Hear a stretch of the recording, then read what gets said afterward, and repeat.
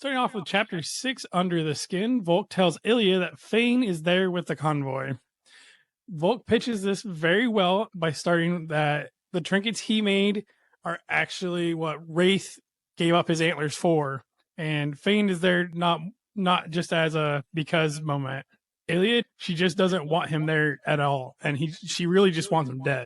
Zaxis gives Ilya the refraction spyglass that sees through the invisibility, and we can see that Zaxis obviously cares because he's given her this invisibility spyglass, so she can actually know where Wraith is at all times, or Fane. Volke's actually fairly confident that Fane is going to be a good person, and so far he's been a fairly good judge of character. And it seems like Fane has reason. He's always kind of wanted to change his ways and just never been able to. He's always been stuck in the pirate role. So you get a feeling that Fane has never truly seen himself as a pirate. Right. He may have been on the Third Abyss. He may have gotten the tattoo and done all the initiation and all that, but it kind of feels like he's never really committed to it. It's not his life stream. Right. He's got something else he wants to do. So Adelgis, Volke, and Zaxis are kind of all stuck in one cart, and Adelgis kind of dived off as soon as he could to get into the carriage. As he said, he's very tired and sleepy. Zaxis is actually reading like he should be. He's reading about metallurgy and realizing that he can use different metals to heat up faster, like copper, so that he can use less magic and less energy to produce a stronger, hotter flame. Adelgis does kind of remain very silent this whole trip as far as we're at this point. And he only really talks in small little spurts, and it kind of leads us to believe something's going on with him. He's mentioned some previous injuries before, along with whatever's going on under his ribs. Something's definitely affecting him now. Volke does also notice that Adelgis is keeping his hair in a very particular fashion, and he believes it's to hide something. And Volke actually goes to check to see what it is and moves his hair out of the way, and it's covering this huge bruise. And it's going all the way from his jawline to below his collar. Zaxis says that he's attempted to heal Adelgis, and Adelgis has refused. So again, we're kind of curious as to why Adelgis is so adamant about not being healed, not being looked at, not being touched, that kind of thing. So we're really getting to a point of concern because this isn't normal behavior. Thankfully, Adelgis does agree to let Volke take a look at everything once they get to the end.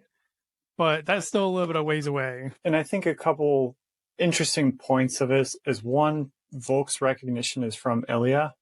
Ilya does the same thing, and he notices this behavior, which is why it stands out to him. And then also, like you mentioned, Adelgis doesn't want to be healed. And there's the question of, is this something that can't be healed for whatever reason, something that would be beyond Zaxis' power, or is this something that, for whatever reason, Adelgis is truly refusing to have Zaxis' help? Right. And again, this is all that, what's so wrong that you don't want anybody looking or touching. So they finally get to the first inn that they're meant to be at, and Volke rushes inside with Zaxis and Adelgis. And the innkeeper gives Volke the keys for all the rooms that were previously rented out by the guild. Volke gives the keys to Luther to give to Zelfrey because they got to get Adelgis into a room. I can only imagine just once Luther appears out of the void, all the music just stops in this inn. The bad person walking in or the wrong person walking in, and just everything stops. Everybody stops and gives them the side eye, makes it very obvious that they're not supposed to be there. Volke is really confused as to why everybody just kind of stops and looks. I think Luther is the one that states that everybody there just assumes that Volke and Luther are part of the Steel Thorn Inquisitors, but he's not sure why they kind of assume this. Luther does kind of give him a quick rundown of what the Steel Thorn Inquisitors are, and they investigate occult matters. They do also take care of misdeeds of other arcanists who are abusing their magic. And realistically, they're more after anyone with a bounty, and especially with magic at their disposal. They're used to level the playing field for magic users to keep them in check. So we finally get up to the room that Adelgis, Zaxis, and Volke are supposed to be in, getting everything off his chest. we learned that Adelgis' father actually put a rare mystical creature under his skin. Right. And with that concludes this week's episode. You can find us on Podbean, Google Podcasts, Apple Podcasts, basically anywhere that you can listen to podcasts. We are also on YouTube. And if you want to join in on the fun, you can find us on the Facebook group at Frith Guild Podcast. And if you want to reach out to us, you can contact us at frithguildpod@gmail.com or send us a message on Facebook or comment on Facebook.